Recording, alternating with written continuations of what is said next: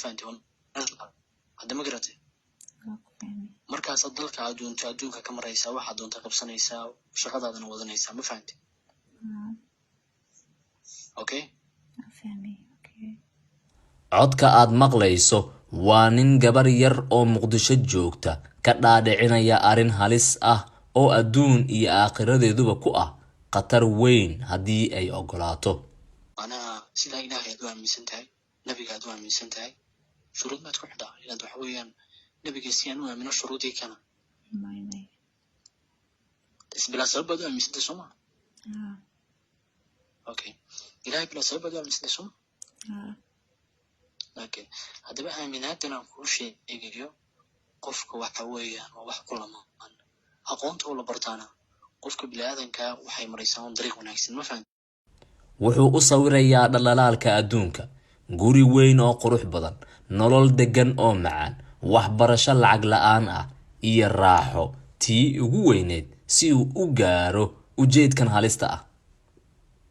gabadhu waa fariid miyir badan warka ayay ka koobinaysaa waxay u matalaysaa qof hadalkiisu uu ku socdo isaguna wuxuu moodaa in maqaalintu u soo gashay qof dagan oo la dhalan rogi karo.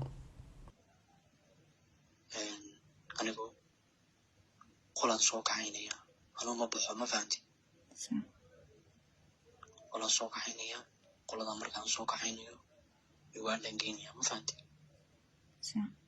hasa team banu baxayna Soomaali garan kadib anigu waan la joogaya anigu waan ka imaanaya ma fahanti haddii uu badnaato intaan la joogaya waa 4 days 5 days hadda ma fahanti intaas Muqdisho ku soo laabanayaan may anigu Somaliland ma jooga okay reer Muqdisho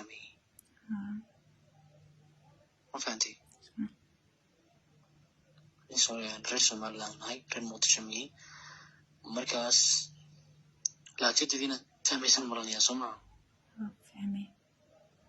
okay hada wadigiiso kale maxaan ka sameynaa oo kibisa jooga halka sano su'aasha wala qadiisay wali kuma dhamaystirin aniga timi inaan ku raaco inaan ka hado labada mid haddii ay noqoto inaan ku raaco waan ku raacayaa kaliya kuma raacaya adiga iyo mujtamaca kale. ninkan waxa uu sheegay in la yiraahdo Liibaan kuna nool yahay Somaliland waxa uu xubin ka yahay koox NGO ah oo bilaabay inay dhalinyarada marin habaabiyaan kana dhaadhiciyaan inay bedelaan diintooda waxay si gaar ah u bartilmaameedsadaan dhalinyarada ku nool koonfurta Soomaaliya waxayna u sheegaan in nolol macaan oo lur yar ay helayaan haddii diintu ay ka baxaan. sidoo kale wuxuu sheegay sida codkiisanba aad ku maqli kartid in Canada la geyn doono qofka diinta ka baxa. waan baxayna tigina wan year bad ku qaadanaysan casharo ma fahanti wan year ayaad wax baranaysaan ma fahanti marka idinka walidina wareegaya dad baa idina wareegaya niman hawayaan mas'uul ah waxa weeyaan waa weyn baa idina wareegaya noloshiina dhan way dabaqmaysaa jaamacadda tuustagiisaan jaamacadda waxa weeye meelaha degtaan baa la idinsiinaya anna waxa weeye meelaha degaysaan nidaamkiina wixiinaba waxa weeyaan dee idinku kalsooni qurux badan haysta ayay ka imaanaya ma fahanti marka aad degtaan meel qurux badan oo safety aad degtaan waxa weeyaan noloshiina la hagaajiyo waxaad u baahan tihiin laydin qabtiro baahidiina laydin taro laydin ilaaliyo laydin xifdiyo waxa weeyaan laydin ku dadaalo macallimiin si khaas oo special laydin keeno ma fahanti aad wax barataan waxbarashada marka dhamaysan 1 year unbaad wax baranaysaan kaliya 1 year. habkan waa qaabka ay u soo xirigeliyaan dhalinyaro badan oo jecel qurbaha iyo dhaldhalaalka adduunka. hooyo iyo aabe ogaada caruurtiinu uma caqli badna sida gabadhan oo kale waxay ugu jiri karaan kooxdan mashruucan ku qaatay faafinta diinta gaalada qatar weyn la socda oo fahma waxa ay ku fogan yihiin caruurtiina mid kasta uu jeebka ugu jiro mobile weyn oo qaali ah. Liibaan sida muuqata ma aha nin la dhuumanaya afkaartiisa waxaase la yaab igu noqotay markii ninkan uu gabadhan u sheegay in fursadan ay tahay mid kaliya u furan gabdhaha laakiin ragga aanan jaanis loo siinin. tani waxay markiiba i dareensiisay in ninkan uu si gaar ah u bartilmaameedsanayo gabdhaha isaga oo ku qaldaya adduunyo iyo lacag. Okay, damid baan ku tusayaa. Waxaan ku tusayaa ana horta Ilaahay ma aragtay adigu. maya Nabigana ma aragtay. maya Okay, waad rumaysantahay soo ma? aha Okay, hadaba dhegeyso. Waxaa jirta wax loo yaqaano aaminaad. Okay,